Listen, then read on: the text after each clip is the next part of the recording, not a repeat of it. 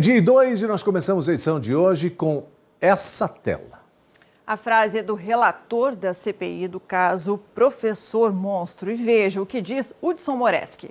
Os depoimentos pintam um quadro de profundo desamparo. As mães passaram por fases de descrença inicial, medo de não serem levadas a sério e falta absoluta de informação sobre os canais de denúncia gratuitos, Conselho Tutelar, no CRIA, delegacias especializadas. Expondo a fragilidade de uma rede. Um caso absurdo, um crime que escancarou falhas na rede municipal de ensino de Cascavel. Uma criança foi vítima de abuso sexual dentro de um CMEI e mesmo com a denúncia, o criminoso permaneceu em sala durante 4 anos, até ser condenado e aí exonerado. Uma história que começou em 2019 e que só agora começa a ter o seu desfecho. 2019, quando, segundo a Justiça, uma criança foi abusada sexualmente por um agente de apoio no Centro Municipal de Educação Infantil Irmã Yolanda, no Interlagos, em Cascavel. Em dezembro de 2019, esse profissional foi transferido para o CMEI Vicentina Guiço, no bairro Canadá, e seguiu em contato com as crianças, segundo depoimentos. Em 18 de junho de 2020, a mãe do aluno informou a direção sobre o abuso sexual que o filho sofreu. Ele relatou que na hora do soninho o professor colocava o p na boca dele e na... Meu filho foi para casa com ele machucado, como se alguém tivesse empurrado para baixo, sangrando e com pus e inchado. Todos os dias a gente deixava ele com um monstro onde ele colocava o p na boca e na boca na hora do soninho. Em 19 de junho de 2020, a mãe registrou o boletim de ocorrência na Polícia Civil. Na mesma semana, uma comunicação interna chegou ao gabinete da secretária municipal de Educação, Márcia Baldini. Em julho de 2020, nós recebemos a primeira denúncia em relação a esse fato. Então, esse servidor ele já tinha sido transferido pelo edital de transferência para esse CMEI. A Secretaria de Educação jamais transferiu uma pessoa para um lugar, sabendo que ele tivesse cometido qualquer ato que colocasse em risco as crianças. Isso aconteceu anterior.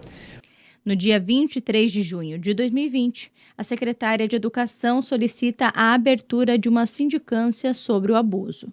No dia 29 de julho de 2020, houve a abertura da investigação preliminar sumária, que começou na Controladoria do município.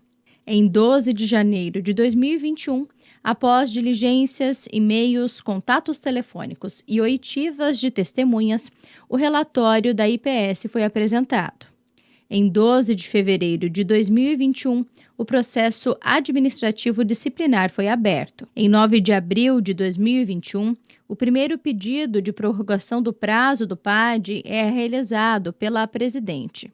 Em 28 de maio de 2021, vem a segunda prorrogação, e assim a servidora procedeu mais 18 vezes, até 8 de março de 2024. 3 de junho de 2024, o controlador-geral do município decide substituir a presidente da comissão processante e designar outra servidora em seu lugar.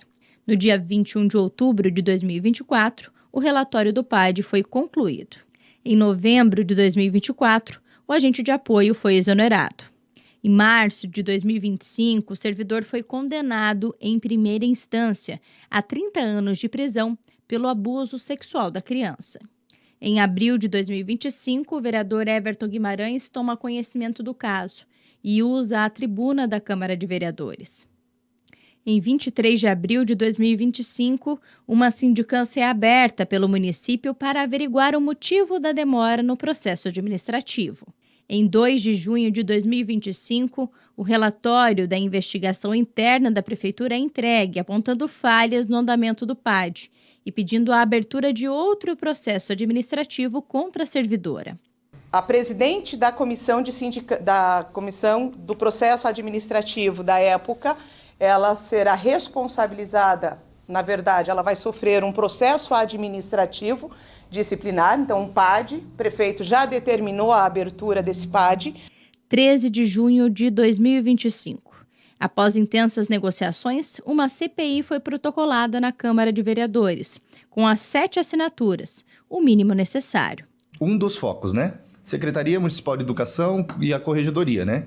Acho que são os 2 focos, porque, primeiro, na CEMED que ele estava lotado, né?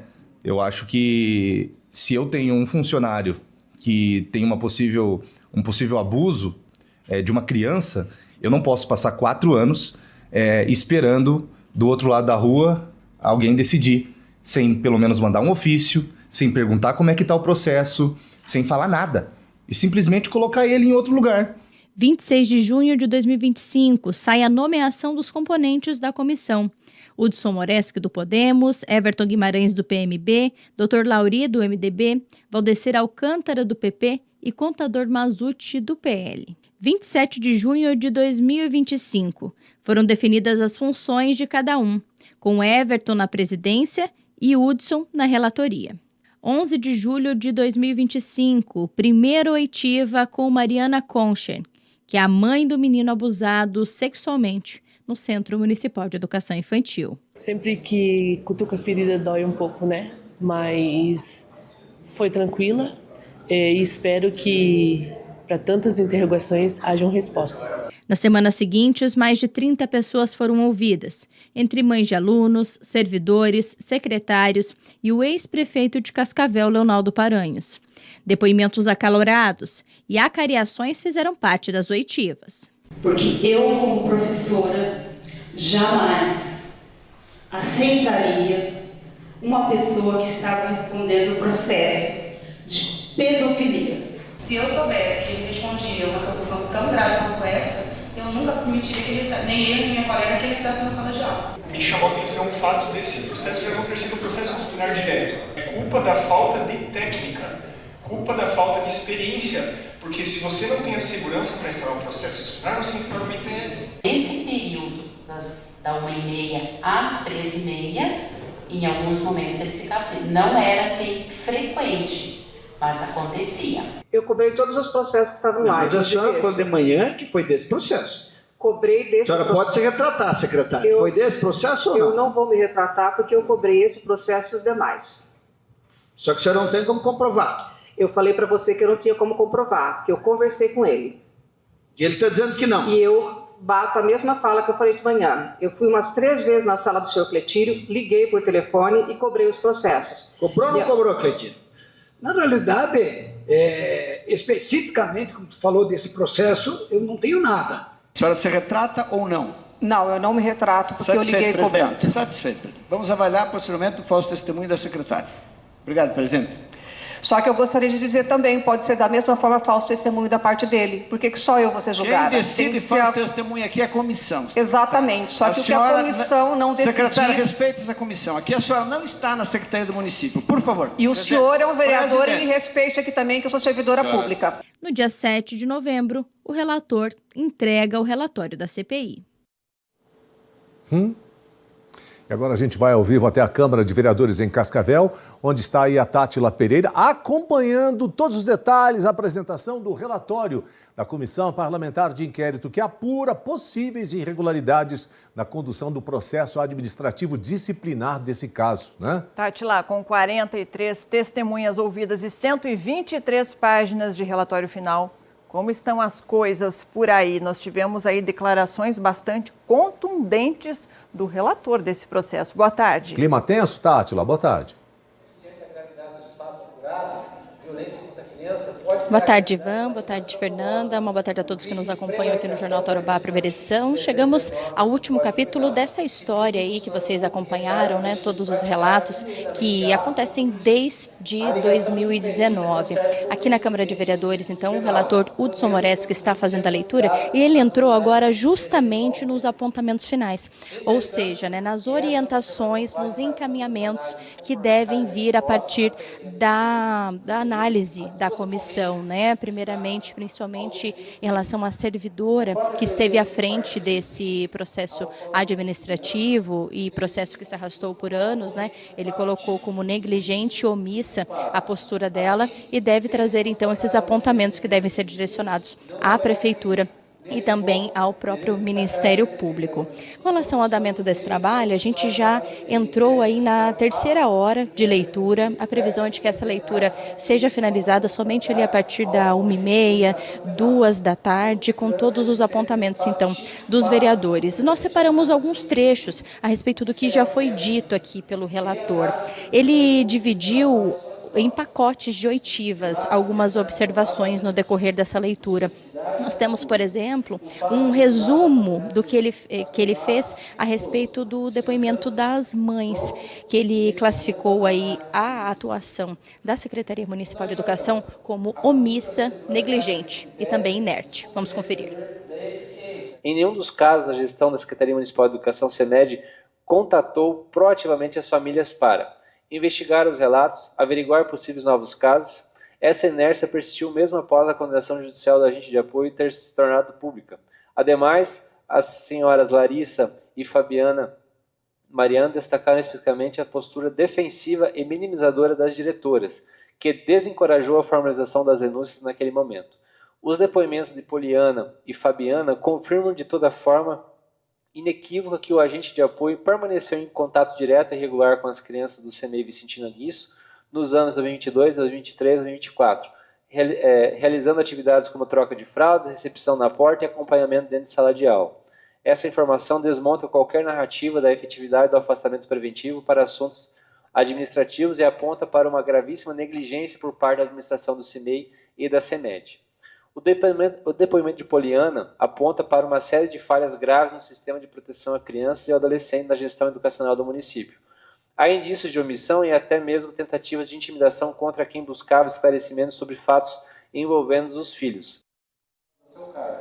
A inércia na condução do PAD é inaceitável. Nós temos também as observações que o relator fez a respeito dos depoimentos de agentes de apoio, servidores da Secretaria de Educação, também diretores que foram ouvidos aqui neste caso, né? Segundo ele, ali houve diversas falhas de comunicação que ele também já citou aqui no relatório. Vamos conferir. Os depoimentos colhidos nessa segunda fase da CPI 01/2005 chega-se a uma conclusão preliminar que evidencia um sistema frágil de proteção a crianças, caracterizados por comunicação deficiente entre a gestão da CEMED e as unidades escolares, capacitação insuficiente dos profissionais, fiscalização inadequada e cultura organizacional que privilegiou o sigilo em detrimento da proteção infantil. A terceirização da responsabilidade e a ausência de protocolos claros permitiram que um agente de apoio formalmente denunciado pelas mães da vítima permanecesse em contato direto com outras crianças por ano, expondo falhas estruturais na gestão e na rede municipal de educação.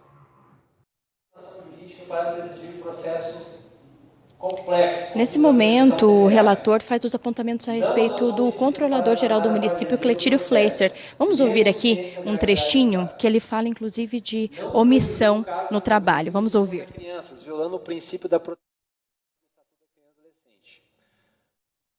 Na análise dos autos do processo administrativo disciplinar PAD 41/18/21, no testemunho prestado perante a CPI 01/2005 e pelas provas acarreadas, restaram constatados em desfavor do servidor possível negligência na supervisão e gestão a seu cargo. O servidor no exercício do cargo de controlador-geral do município é diretamente responsável pela supervisão da corregedoria e pela condução dos processos administrativos disciplinares. Ficou evidenciada sua omissão consciente e continuada em relação ao PAD 41/18/21, mesmo ciente da paralisia total do processo por mais de 3 anos, da imperícia confessada da presidente designada e da sobrecarga extrema de trabalho no setor. Limitou-se a avalizar as prorrogações de prazo sem adotar quaisquer medida administrativa efetiva para impulsionar a apuração de um caso de extrema gravidade. Denota-se ainda uma designação temerária e a ausência de apoio técnico. Ao que se apurou, Cletírio admitiu que designou a servidora Kátia para presidir o PAD por ser a menos despreparada, entre as opções insuficientes. Reconhecendo sua falta de formação jurídica, essa decisão tomada em um caso de violência contra crianças configura em tese ato de gestão temerária. Além disso, após a designação, não forneceu a necessária tutoria, supervisão ou apoio jurídico, abandonando a servidora à própria sorte. Essa decisão, ainda que em um contexto de escassez de pessoal, foi um ato de gestão que ignorou a complexidade do caso e condenou o processo à estagnação.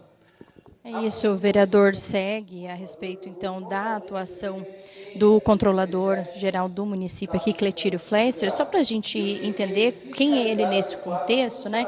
Sob a guarda da controladoria estão os processos administrativos. Então, seria de responsabilidade do controlador ter esse acompanhamento do processo administrativo que, de acordo com os vereadores, isso não foi acompanhado da melhor maneira possível. Ainda falando de Cletírio, né, a gente acompanhou naquela linha do tempo com relação a um episódio, né, que foi a acariação entre ele e a secretária Márcia Baldini, ou seja, dois gestores da administração municipal que, de certa forma, ali trocaram acusações, né, porque Márcia Baldini afirmava que havia pedido para o Cletírio informações a respeito desse processo administrativo, né, por que dessa demora toda, e Cletírio disse que não tinha sido comunicado. Dentro do relatório, o relator Hudson Moreski trouxe um apontamento específico a respeito dessa acariação, não colocando quem estava certo ou quem estava errado, mas sim trazendo o que essa acariação trouxe a respeito do cenário no município, principalmente sobre uma falta de comunicação e também uma falta de protocolos. Vamos conferir. A ausência de um protocolo que obrigue registros formais de cobrança e acompanhamento de processos graves permitiu que ambos os gestores se abrigassem em suas próprias narrativas. No final, a falta de um registro formal, um ofício, um e-mail, um ato de reunião, não apenas contribuiu para a morosidade do caso, mas também possibilitou que a CPI apurasse com exatidão a responsabilidade por essa falha de comunicação. O impasse deixa claro que naquele ambiente administrativo, o que não era documentado para todos os efeitos práticos e apuratórios era como se não tivesse acontecido. 3 advogados tiveram formalmente votado no setor de processos administrativos disciplinar. É isso então, né? Essas foram as situações que aconteceram até agora aqui na CPI, né? O relator então está nesses apontamentos finais. A gente vai prestar atenção ali para ver se a gente vai complementar com mais alguma coisa ainda aqui dentro do jornal. No entanto, né, além desses apontamentos que vão acontecer a partir de hoje, a gente tem também algumas mudanças que já aconteceram no município de Cascavel desde que esse caso veio à tona no primeiro semestre deste ano. Nós vamos conferir agora, então, na reportagem, o que já mudou depois dessa situação tão polêmica. Vamos conferir. O caso do agente de apoio que abusou sexualmente de uma criança de 3 anos de idade em um centro municipal de educação infantil chocou e trouxe algumas mudanças. O município passou a ter um corregedor municipal, função que não existia no período em que o processo administrativo ficou emperrado por 4 anos. É dele a função de coordenar o trabalho dos procedimentos que investigam a postura dos servidores municipais. Também passou a valer uma nova lei proposta pela gestão municipal. A regra determina o afastamento preventivo de servidores públicos que estejam respondendo a processos administrativos disciplinares. Assim que for comunicado pela secretaria que há uma denúncia em relação a ele, aí o momento institui já a comissão e já afasta o servidor denunciado para que se verifique, né, não tenha possibilidade de ele tentar interferir no processo e continuar junto com o ambiente onde ele está. Nós vamos verificar a possibilidade de fazer isso já imediatamente, porque nós temos uma situação na lei que é aquilo que a lei não retroage. Então, aquilo que está correndo, a lei segue dentro do curso normal. A partir do momento da aprovação da lei, tudo que ocorrer a partir dela, aí sim se aplica as novas normas da lei nova. Ter câmeras de segurança nas salas de aula foi mais uma dessas medidas que já eram uma intenção, mas ganharam força e celeridade após a situação.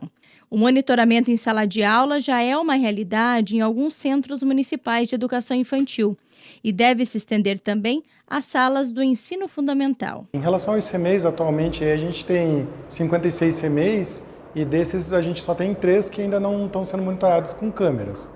Inclusive, de todos esses, a gente tem 4 hoje que já é monitorado das salas de aula e a maioria deles já tem monitoramento externo, né? Então pega corredores, saguão e a parte externa, perímetro. E a gente tem a situação de chegar a 100% de atendimento em todas as salas de aulas do município. E não só a sala de aula ali, professor regente, laboratório de informática, laboratório de ciências, dança, é para atender todas as salas de aula, seja educação infantil ou fundamental. Ainda no âmbito da Secretaria Municipal de Educação, houve a formalização de um protocolo, contando com o apoio de uma série de órgãos ligados à infância e à juventude. A formação de profissionais também integrou as ações da pasta. Nós tivemos logo após ao fato a instituição de um comitê para fazer um protocolo próprio dentro da Secretaria Municipal de Educação. Esse protocolo envolveu diretores, coordenadores, membros de representantes de pais, de conselho escolar, servidores, o NUCRIA, o Conselho Tutelar e o próprio Ministério Público na construção desse protocolo. A Procuradoria Jurídica do município. Então, foi construído um protocolo, foi publicado já. Esse protocolo ele tem o que cabe a cada um fazer em relação a qualquer fato que ocorra, violência contra a criança e adolescente dentro de uma escola ou de um CMEI municipal. Posterior a isso, iniciamos os processos de formação continuada com diretores, com coordenadores, com professores. Ainda falta uma parte dos professores que estamos concluindo essa formação. E já temos agendada também a formação com conselhos escolares e membros das APPS. Então, a formação, ela já praticamente atingimos em torno de 85% já da rede de ensino. Nós continuamos agindo como a gente sempre agiu. A denúncia chega aqui, são feitas todas as atas, todos os registros, encaminhado todas as autoridades que competem dentro do protocolo aquilo que a Secretaria de Educação tem que estar fazendo. Reforçamos bastante o protocolo em relação também à direção das escolas, o que tem que ser feito e o que não tem que ser feito. O fato, há duas situações, né? Secretaria de Educação, problema para a Controladoria Geral do município, né? Controladoria Geral diz que não recebeu nada da Secretaria de Educação, enfim. Então está esse impasse danado e isso precisa de uma investigação mais minuciosa, né? Por conta disso, uma responsabilização. E toda essa questão aconteceu na gestão anterior, no entanto, os dois secretários, Márcia Baldini e também o Cletírio, seguem aí na gestão agora de Renato. E agora a gente volta a falar sobre a CPI, com tantos apontamentos aí diretamente para falhas na Secretaria de Educação. Nós vamos ouvir a secretária Márcia Baldini. De novo, né? Tátila Pereira, o que ela diz em relação a tudo que foi dito até agora nesse relatório final? Pessoal, só para atualizar vocês sobre o que já aconteceu aqui nesse intervalo, né? A gente já teve 2 apontamentos aqui. O pedido de abertura de processos administrativos disciplinares na Prefeitura de Cascavel contra a Kátia Vermut, que era a presidente da comissão desse PAD que se arrastou por quase 4 anos, e também um PAD contra Cletírio Fleister, controlador geral do município de Cascavel. Neste momento, eles estão entrando exatamente nos apontamentos a respeito de Márcia Baldini. A nossa equipe conversou com ela agora há pouco, né? Ela falou aí sobre as mudanças que podem ser necessárias, né, fazer a partir desse caso. Vamos conferir. Eu vou agora receber o relatório, vou estar acolhendo, vou estar lendo, vou estar analisando e tudo aquilo que tiver que ser mudado, os protocolos, ouvir as pessoas e mudado posturas e atitude, nós vamos estar fazendo. Da mesma forma, nós queremos saber, porque nós estamos aqui para contribuir pelo melhor da educação. Se houver falha, eu acredito que não. A Secretaria seguiu todas as questões que tinham que ser feitas, mas se houver falha, nós vamos estar acolhendo e vamos estar nos responsabilizando. O que nós temos, depois de tudo isso que aconteceu, nós criamos outros protocolos, foi aprovada uma lei na Câmara de Vereadores que qualquer profissional que seja acusado de uma situação de violência sexual contra a criança é afastamento imediato. Se essa lei tivesse existido antes, né, nós poderíamos ter agido diferente, mas não houve essa lei antes. Também o caso ocorreu em pleno uma pandemia e penso que tudo aquilo que foi tomado era aquilo que se tinha para tomar naquele momento, todas as medidas. Inclusive, se a Secretaria de Educação não tivesse denunciado o caso, essa investigação não teria iniciado. Entre as palavras utilizadas aqui pelo relator diversas vezes a respeito da atuação da Secretaria Municipal de Educação está a palavra negligente. Nós questionamos a secretária a respeito disso, qual a opinião dela sobre essa avaliação e, de acordo com Márcia Baldini, o relatório parece ter falhas. Ele coloca isso aí como fundamentos, mas lá no final dessa fala que ele tem, ele coloca que não tem nada comprovado. O relatório é opinativo, uma CPI ela faz indicação, ela não julga. Agora vai caber a nós analisar, avaliar, responder o PAD administrativo, se for em caso judicial também, e cabe a nós também contestar aquilo que foi colocado na CPI. Até, inclusive, tem várias falhas que eu coloco no relatório que a gente pode contestar. Foi ouvido o relatório, eu ouvi, meu assessor ouviu, todas as pessoas que estavam aqui, a gente ouviu o relatório e a gente já percebeu algumas falhas ali sim. São falhas na escrita, que a gente vai analisar agora mais posteriormente. Daí depois eu posso te dizer, aquilo que nós tivermos que ser responsabilizado, nós seremos. Agora, aquilo que nós fizemos e que nós somos acusados, nós também vamos estar questionando. Porque nós vivemos em um país democrático que cabe a livre argumentação e a livre defesa do direito, a contestação. Não realizou o acompanhamento devido na adoção de medidas protetivas e administrativas. Márcia Baldini também comentou a respeito de uma ata que está aqui no relatório que foi apresentada pelos pais. Segundo os relatos, servidores teriam sido coagidos para que não repassassem informações aos pais. E a secretária então comentou essa situação. Isso eu não posso dizer porque nós não tivemos ciência. Nós encaminhamos a denúncia e estávamos aguardando o resultado. Em nenhum momento nós ficamos sabendo do que se tratava dentro do caso. Como eu disse, era um caso de segredo de justiça. A senhora teve acesso a um relatório, uma ata que os pais fizeram, que a senhora tentou coagir os servidores a não passar informações? Não, eu não tive acesso a nenhuma ata em relação a isso. O que eu fiquei sabendo é que pela mídia um áudio totalmente equivocado, dizendo em relação a isso, mas eu me coloco à disposição para que seja aberto qualquer procedimento para verificar. O que teve da minha parte e da minha diretora administrativa foi atender um chamado dos servidores do CEMEI, que pediram que a secretaria estivesse presente para dar um apoio a eles, e em todo momento que eu estive lá, eu dei um apoio, informei a situação que estava acontecendo e que se ele se sentisse ameaçado, era para que eles procurassem também se defender, abrindo um boletim de ocorrência. As gestões subsequentes sobre as restrições impostas ao servidor. Vou aproveitar que nesse momento o Hudson fala exatamente de Márcia Baldini para a gente ouvir mais um trechinho. A ausência de protocolos escritos e ações concretas de prevenção configurou omissão administrativa grave, incompatível com o princípio de proteção integral e com o dever funcional de zelo pela integridade física e psicológica das crianças sob a tutela do sistema educacional. Trata-se de fato de extrema gravidade, uma vez que envolve o direito fundamental à proteção integral de crianças e do adolescente, sendo assegurado pelo artigo 227 da Constituição Federal de 1988 e pelo artigo 4º do Estatuto da Criança e do Adolescente, o ECA, os quais... É isso então, né? Relator Hudson Merece falando a respeito de Márcia Baldini, ele vai falar das diversas pessoas que teriam responsabilidade dentro dessa análise da CPI. Eu volto com vocês aí no estúdio, né? Mas só para a gente entender aqui a resolução de tudo isso. A votação vai acontecer daqui a pouco, como vocês podem perceber, a gente tem 4 membros ali. Vereador Lauri, que era o componente da CPI, ele está de licença médica. Vereador Antônio Carlos foi colocado no lugar, mas ele acompanha online. Todos terão direito de voto para avaliar, então, se vão aprovar ou não esse relatório. Caso esse relatório não seja aprovado pela maioria, os vereadores, inclusive, podem apresentar um relatório à parte, mas pelo que a gente acompanhou aqui nos bastidores, tudo está se encaminhando, sim, para aprovação.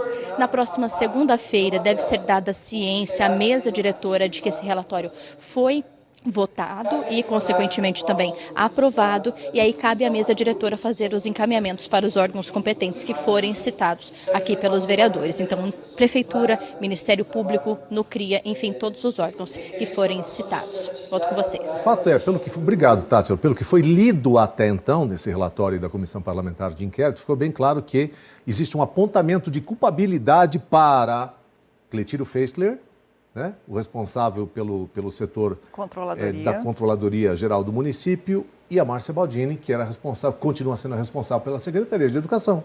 Mais do que isso, escancara uma tremenda de uma fragilidade no sistema chamado Rede de Proteção à Criança. Então a gente não sabe ainda quais serão os passos seguintes, temos ainda que passar pela aprovação desse relatório, os demais encaminhamentos, mas aqui é um sinal muito forte. É porque o que houve nesse...